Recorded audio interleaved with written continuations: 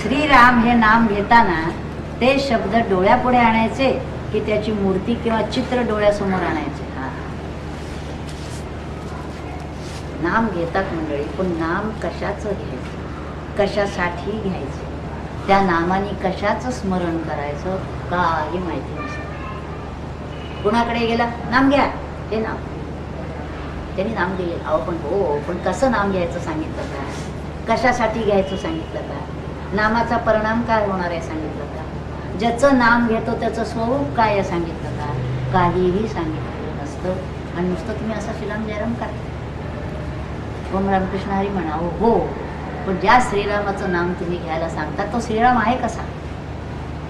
त्याचं रूप जर डोळ्यासमोर आणायचं असेल तर एकच रूप आहे का त्याला? दक्षिणेकडच्या माणसाने जर त्या रंगवला तो आपल्या पद्धतीनं रंगवणार, महाराष्ट्रात असला तर तो राम वेगळ्या पद्धतीनं रंगवणार, गुजरातीत गेला तर तो आपल्या वेगळ्या पद्धतीनं राम रंगवणार. म्हणजे खरा राम कुठला? मला आठवत आहे लहानपणी मी म्हणायची तेव्हा की राम आणि कृष्ण ह्याच्यातला फरक कसा समजायचा? सगळ्यांनाच मूड घातलेले आहेत, सगळ्यांनाच ते कपडे नेसवलेले आहेत. मग आम्हाला त्याच्यातलं फरक सांगितला की ज्याला धनुष्य धरलेलं असतं त्याला राम म्हणायचं, आणि ज्यांनी मुरली धरलेली असते किंवा चक्र धरलेलं असतं त्याला कृष्ण म्हणायचं. आर्यच्या म्हणजे त्यांचा फरक हा त्या धनुष्यावर किंवा त्या सुदर्शन चक्रावर अवलंबून आहे. कारण त्यांची वेशभूषा जी असते ते जे रंगवणार आहे तो कसा रंगवतो.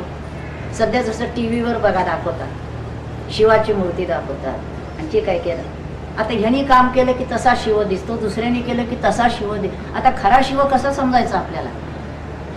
तर वस्तुतः नामाची साधना ही देखील निर्गुणाची साधना. आपली अशी कल्पना होती की नामाची साधना ही सगुणाची साधना नाही. नामाची साधना जी आपण म्हणतो तो श्रीराम हे जे नाम आपण घेतो हे नाम देखील निर्गुण आहे. आत्माराम जो आपल्यामध्येच आहे आणि जो सर्व ठिकाणी व्यापून आहे, त्या रामाचं स्मरण आपण करतो आहोत, त्या निर्गुण रूपाचं स्मरण आपण करतो आहोत. म्हणून श्रीराम याचा अर्थ स्वरूप. एक श्रीराम म्हटले की डोळ्यासमोर स्वरूप आलं पाहिजे. ते स्वरूप कसं आहे? निर्गुण आहे, निराकार आहे, सर्वव्यापी आहे, गुणरहित आहे, गुणातीत, शब्दातीत, इंद्रियांना न सापडणारं, पण कुठं नाही असं नाही, त्याचा अभाव कुठेही संभवत नाही असं ते जे स्वरूप आहे ना ते. मग एक श्रीराम देखील पुरेसं. जर तुम्हाला ध्यानाची प्रक्रिया माहिती झालेली असेल, एक श्रीराम म्हटलं की ती शक्ती जीव जो आहे तो एक श्रीराम म्हटल्यावर शिवाच्या ठिकाणीच जाऊन बसतो. संपलं का? जसं कबीराने सांगितलं, त्यांच्याकडे चिरंजीव कोणतरी आले होते एक, कबीर बाहेर गेले होते, तर त्यांनी विचारलं, कमाल होते, मला असं असं करायचं आहे, नाम किती घ्यायचं? त्यामुळे श्रीराम श्रीराम 3 वेळांना नाम घे. गेले ते. कबीराने विचारलं, कोण? तर म्हणे असं असं. मग काय सांगितलं? म्हणजे 3 वेळा नाम घ्या. हात वेळा 3 वेळा? अरे एक नाम पुरे. म्हणजे एक नुसतं श्रीराम म्हटल्या बरोबर इथंच जर जाऊन वर बसत असेल, पुन्हा श्रीराम घ्यायला राहतो कशाला खाली? पण आपण माळा ओढतोय काही होत नाही. किती माळा ओढल्या, तो राम आपल्या ठिकाणी, माळ आपल्या ठिकाणी, काही उपयोग. असं का होतं? तर ते नाम कळलंच नाही. वस्तुतः नाम घेणारा, नामधारक, ज्याचं नाम घेतो तो आणि मधलं नाम, ते तिन्ही एकच आहे. तिन्ही एकच आहे. याचं कारण दुसरं काही नाहीच आहे. एकच परमात्मा गुण आहे. विश्वही तोच झालाय, जीवही तोच झालाय, दोन्ही तोच झालेला आहे. एक परब्रह्म संचले, कदापि नाही विकारेले. त्या वेगळे जे भासले ते ब्रह्मरूप. अरे दुसरं नाही आहे बाबा काही. तुझं नाम घेतोयस ना, तूही तोच आहेस. ज्याचं नाम घेतोय तेही तेच आहे आणि नामही तेच आहे. असं एकरूप नाम घे. अशी जर एकरूपता लक्षात आली तर एक नाम घेता घेताच तो त्या ठिकाणी थांबूनच गेला. अशा स्थितीमध्ये की ज्या ठिकाणी देहाचं भान नाही, विश्वाचं भान नाही, फक्त जाणीव रूपाने तो राहतो. संपलं विचार. आणि मग इतकं असताना 13 कोटी नाम जप केला. भगवंत म्हणे थँक्यू. इतकं माझं नाम जपलंच ना की थँक्यू. म्हणून परमार्थाची साधना ही सद्गुरु कृपेशिवाय नाही. सद्गुरूंनी सांगितलं पाहिजे काय करायला पाहिजे, कसं करायला पाहिजे, कशासाठी करायला पाहिजे, त्याचा परिणाम आपल्या जीवनावर काय दिसायला पाहिजे. याचा परिणाम जर विश्वाचं भान विसरणं, देहाचं भान विसरणं असं जर असेल तर पुन्हा देहभावावर आल्यानंतर सगळी कामं तर करायचीच आहे. त्यामुळे देहभाव आवश्यक आहे, पण देहबुद्धी आवश्यक नाही. याचा अर्थ मी देह आहे असं समजणं की देहबुद्धी, आणि मी देह मन बुद्धीला घेऊन समोर आलेलं काम करतोय परमेश्वराने दिलेलं, कारण दंड कामं करा. पण लक्षात ठेवा, देह मन बुद्धी मी नाही. ती इन्स्ट्रुमेंट्स आहेत, ती शुद्ध करायची आहेत, त्याचा वापर करायचा आहे. आणि त्याच्याही पुढे जाऊन ती जर खरोखरच शुद्ध केलेली असती तर त्याचा वापर तुम्ही देखील करत नाही, भगवंतच करतो. तो जीव राहतच नाही वेगळेपणा. त्या सगळ्याचा वापर परमेश्वर आपल्या कार्यासाठी करत असतो. आणि मग त्याच्याकडून जे कार्य केलं जातं ते जगाच्या कल्याणाचंच असतं. त्याच्यात कुठेही किंचित स्वार्थ, मी, माझं, मला काही संबंधच नसतो. स्वच्छ आहे. मुरली वाजवायची जसं स्वामी म्हणायचे, मुरली स्वच्छ पाहिजे.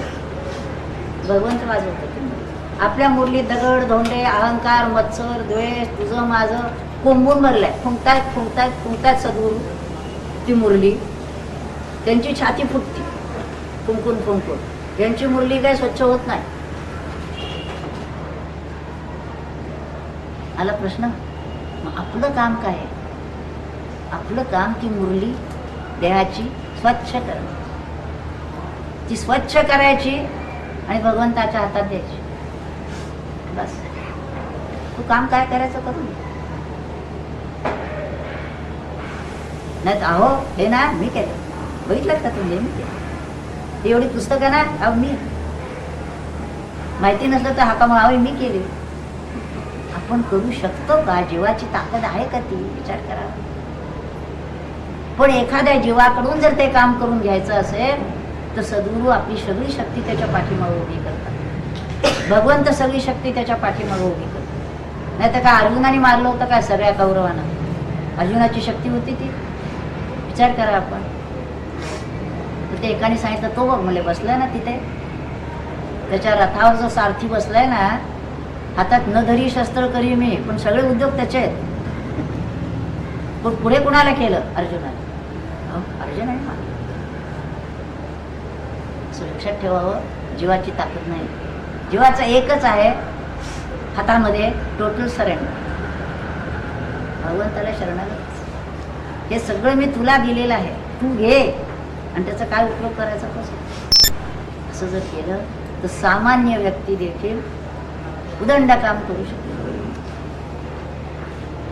त्याच्या हातात दिलं नाही तर कोणाला. किंवा श्रीराम हे नाव घेताना डोळ्यापुढे मूर्ती, चित्र काही आणायचं नाही आहे. निस्तरंग निर्विचार अवस्था, शांत बसलेले आहे.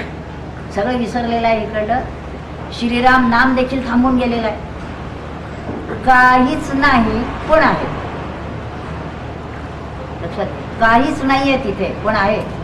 काहीच नाही आहे. आपण गाढ झोपेत देखील काहीच नसतो. तसं नाही आहे. गाढ झोपेसारखीच अवस्था आहे, पण मी आहे, जागा आहे. आणि मला कळत आहे की काहीच नाही पण जे आहे ते एकच एक आहे आणि तेच मी आहे. बघा कळतंय की कसं समजून. कारण किती जरी सोपं केलं म्हटलं तरी त्या अनुभवाच्या गोष्टी आहेत. पण निदान ऐकलेले असाव्यात, केव्हा तरी अनुभवाला येते.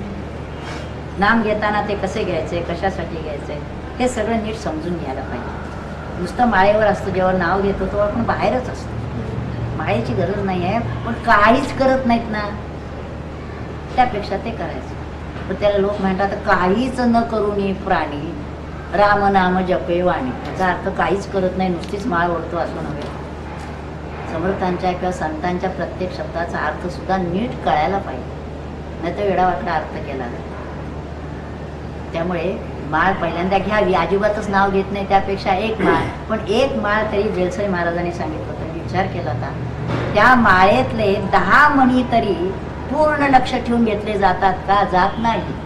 ते बघत असताना सुद्धा चुलीवर काय ठेवलंय, मोलकरीण आली का नाही, श्रीराम जय राम. अगं जरा बाहेर लक्ष दे, श्रीराम जय राम. आता तुम्ही माळ जपताय ना, आता चुलीवर काय ठेवलंय, ते मुलं काय करताय, काय करतोय. मग त्याच्यापेक्षा वर श्वासावर नाम घ्या, श्वासावर नाम घ्या, आत नाम घ्या. असं करता करता मग वैखरी, मध्यमा, पश्यंती आणि परा तिथपर्यंत नाम जाऊन बसलं पाहिजे. आणि तिथपर्यंत जर नाम जाऊन बसलं तर मग राम हमारा जप करे हम बैठे आराम. मग आतूनच राम सुरू. पण आता एखादा काहीच करत नाही, सांगतात काय किंवा स्वामींचं, अहो आत नाम सुरू आहे, चांगलं आहे. आज जर नाम सुरू असेल तर तुमचं बाहेरचं वर्तन बघण्याजोगं आहे. बाहेर अजून ह्याच्यातला जीव सुटत नाही, त्याच्यातला जीव सुटत नाही, राग लोभ सुटत नाही, मत्सर द्वेष सुटत नाही. नाम काय आज सुरू आहे. नाम जर आज सुरू असेल तर या बाहेरच्या जगाकडे तुझी बघण्याची दृष्टी कशी होईल, जाणकाराला लक्षात येतं. त्यामुळे असं नाम आज सुरू राहणं सोपी गोष्ट नाही. तेव्हा हे समजून घ्यावं आणि त्याप्रमाणे करावं.